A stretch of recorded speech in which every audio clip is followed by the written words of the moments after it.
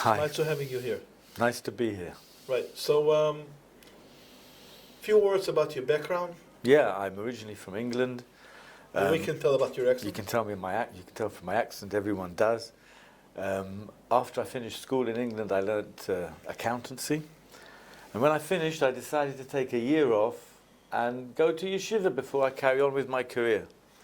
So I went to Eretz Yisrael. I went to Yeshivat HaNegev, Rabbi Shlomo Cohen, and I decided to stay. And when I got married to my wife, she said to me after the shidduchim, she wanted to turn me down. And she said, but I don't want to marry an accountant. I want to marry someone who's learning Torah. Okay. So I said, okay, I'll learn Torah. And then for 15 years you've been a dayan with Reb Tony Nussbaum, right? Right. I went to, after I qualified as a dayan, I joined Avat Shalom, and I had 15 great years in the Basedano Group.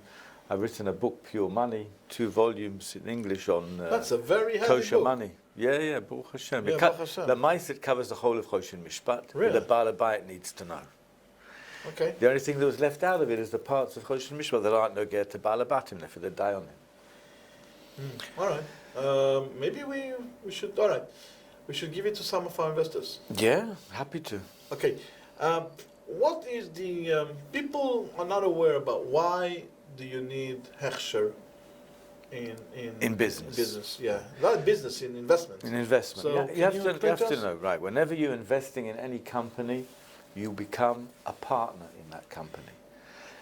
Even though there is a certain type of argument to say that, well, you know, a company is a separate identity from its investors, but really, What about Rabbi Moshe you're a Feinstein? partner. What about Rabbi No. Moshe Feinstein also agrees that you're a partner. In any company, you're a partner. What Moshe Feinstein tells us is that on a company that's traded on the stock exchange, even though you are considered as bailim, it's a limited amount of bailus, and really, what you've really done is you've just bought the opportunity to participate in the profits and losses of the company. And that's why he says with a very small investment, you're allowed to hold shares on the stock exchange. Otherwise, even Moshe Feinstein agrees you can't, right? But certainly in a private company where you can't say that you've just bought a share to join in the profits and losses of the company, you are definitely a partner according to all, And if I'm a all partner, opinions. what's If you're a wrong? partner, you're a partner in whatever the company's doing. If the company's selling the velas and trefas, you're a partner in that. If they're working on Shabbos, you're a partner in that. If they're buying, if they're lending and borrowing with ribbis, you're a partner in that. You're a partner in everything they're doing. If they're doing immoral things in their company, you're a partner in everything that they're doing. If they're doing gambling, and you don't want to be part of gambling, the earnings of gambling, you're part of the earnings of gambling. You can't hide behind that and say, "Oh no, I'm not. I'm just an investor." There's a chometz and prusbul. The chometz question is really, it's a joke, right? I say it as a joke. How can it be? If you look at every single contract for the selling of chametz, it says that you sell your stocks. You're selling your stocks because, why? You ask any Rav, he'll tell you, well, you know, in the company, they might have chametz there. Any chametz that is in their cupboards in the company, it's your chametz. You're a partner in the company. And so it says in every single contract that you're selling your stocks. But just hang on a sec. If that's the problem, then how can you hold stocks in a company that's dealing on Shabbat? How can you hold stocks in a company that's trading in nevedas and trefas? You can't have any stocks. It's tarta de satri to say you're going to sell your stocks at Pesach time, because if you hold you need to sell them, you can't have any stocks. But nevertheless, that's what a lot of people do. They're living this tarta de satri situation.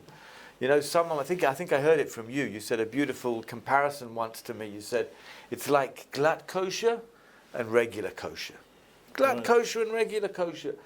Who amongst the Haredi community, the people, the Yirei Hashem, eats regular kosher? We're all eating glatt kosher. But why is it when it comes to our money, so we're not also going for the glatt kosher? Besadno is glatt kosher. Just like when you go to a restaurant, you want a badatz hechsher, you want a mahadrin hechsher. So also with your investments, you should be looking for a mahadrin hechsher. And that's what we have. We have a hechsher from the badatz. What's the rule of the badatz himself? I mean, okay, so you're the Rav, you guide us. Yeah. So why we need the badatz as well? The badatz, say that they give us the rules that we need to follow. If you're asking why we need the Bagatz, I saw when I met the people from the Bagatz the first time, they're actually also worried about that. And they said, maybe you don't need us anymore. Maybe Besadno will suddenly decide that you'll be the Hechsher, and they don't need us anymore. I said, no, don't worry, I'm not taking on the Badatz. Right? But no, we need, the Badatz give us the rules to follow. There are so many different rules. Yeah, go on. Because I have to say that you don't need the Badatz. My work is saying if I do my job properly, you don't need the Badatz. There is always, no matter what you have, you need somebody to watch you. Yeah. It's always like this. I saw it many times in different things. You need because people tend to have another roya negatzmo, negias, and the Badatz is giving you the rule. Yeah. Okay. Thank you very much. My pleasure. I think you made it very clear.